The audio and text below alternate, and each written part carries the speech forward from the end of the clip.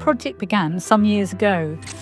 I'd created 3 or 4 minutes of animation for the Loose Cannon Recon in 2008, and I'd always thought when I have time I must complete episode 1. Only episodes 3 and 6 of The Wheel in Space exist in the BBC's archive.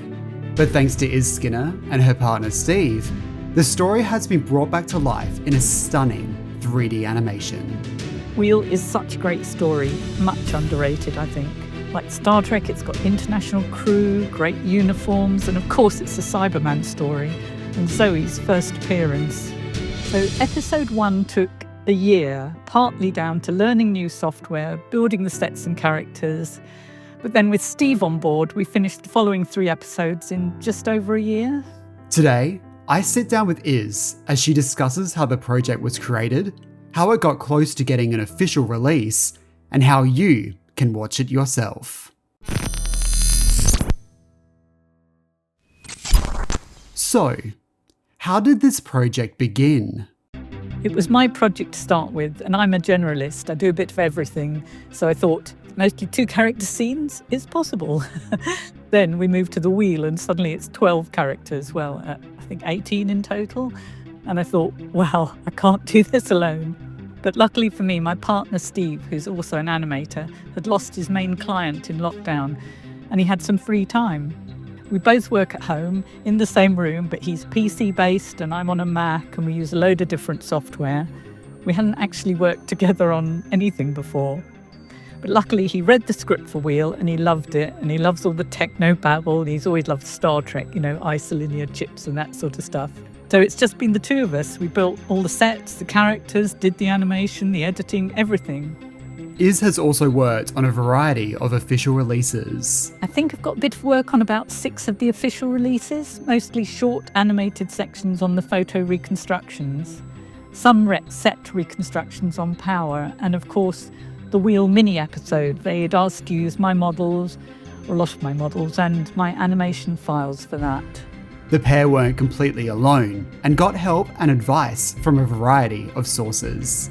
A friend, Mark Taylor, kindly let me use his console model for Act 1, which would have taken ages to build and wouldn't have looked so good. But yes, just the 2 of us. Although, after completing Act 1, we watched Gav Rymill's brilliant Wheel in Space YouTube documentary showing the real model of the wheel, so it meant we had to completely remodel the wheel. Thanks, Gav. By the way, I have to credit Derek Hanley and the Loose Cannon guys for making me revise my work.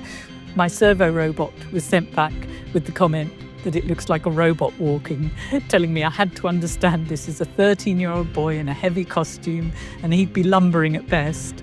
The expert knowledge of the LC team definitely set me on a good path.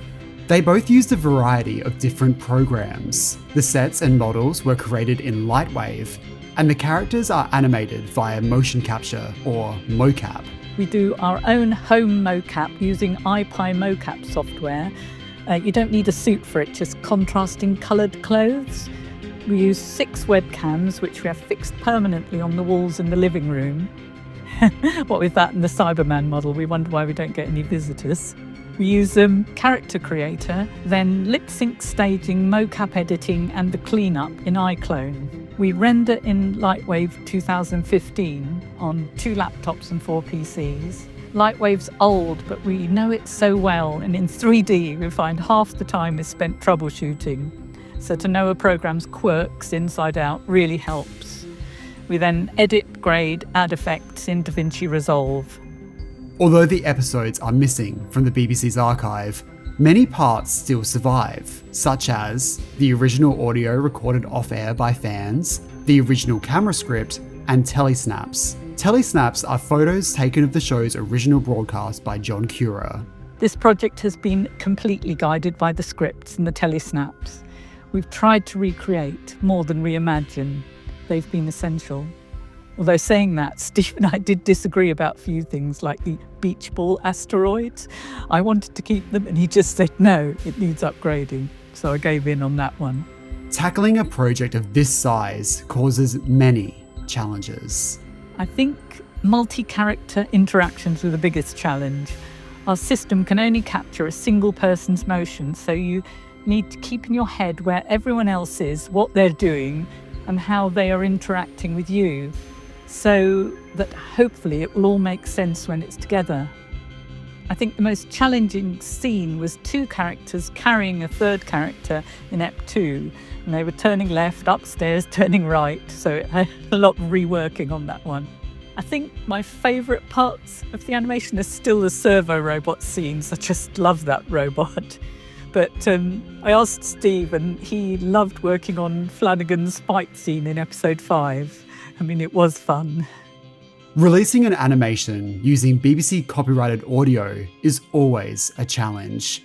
This was always going to be a fan project. We wouldn't have known how to put it forward to the BBC, but friends with connections who we'd shown the footage to did put the project forward for us. And after about 14 months and it being sent to several people, I got a Zoom meeting with a BBC executive, which was really exciting. But unfortunately, although he liked it, he said that we have to listen to the fans, and the fans don't want 3D. It's sad that the negative reception to the Web of Fear Part 3 animation has made the BBC believe that fans don't want 3D animations, rather than the fact that they didn't like that particular 3D animation. I would have loved for it to have been, even an extra feature on a release, or a replacement for the photo recon on BBC iPlayer, which is telesnaps and my animation frames anyway. I mean, we would have been happy to make any changes, supply it in colour, 16:9, or even animate the existing eps. This isn't the end of Iz and Steve's journey into reanimating Doctor Who's lost episodes. Well, we've already started working on our own version of the Web of Fear, Ep 3. I think it definitely needs some love. We adore the Troughton stories and the Yeti. And Steve's always already creating army uniforms, badges, and I've got my Yeti model and sets. I think it's fair to say that this is one of the most ambitious and successful fan animation projects in Doctor Who's history. Iz and Steve's attention to detail makes this project shine. I feel as if you squint, it's like the episodes are back. So I'm putting the episodes on my TARDIS Time Girl YouTube channel. I had to split each episode in two to make them acceptable to YouTube and the BBC copyrights, but hopefully you can see them all there. Don't forget to click below to subscribe to the official Josh Nez YouTube channel.